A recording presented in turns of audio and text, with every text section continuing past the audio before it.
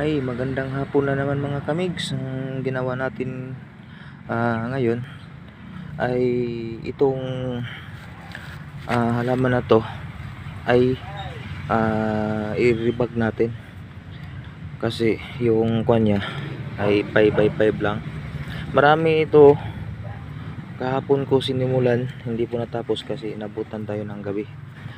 Kaya ngayon, pagpatuloy natin.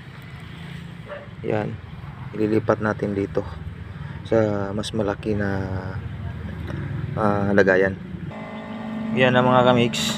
Yan, nailipat na yung isa. Yung pangalan nito ay kadalasan tinatawag ito na ribbon plant, pero daming pangalan nito mga kamigs.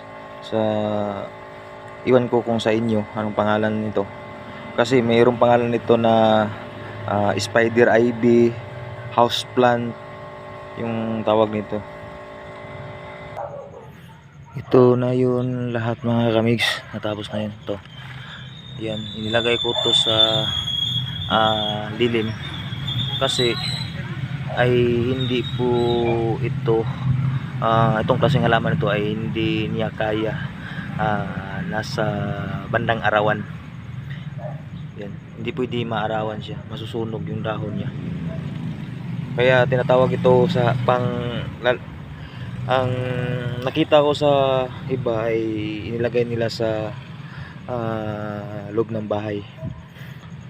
Kaya nga siguro tinatawag ito ng house plant. Yan mga kamigs. Kaya hanggang dito na lang mga kamigs. Ingat, God bless, mabuhay.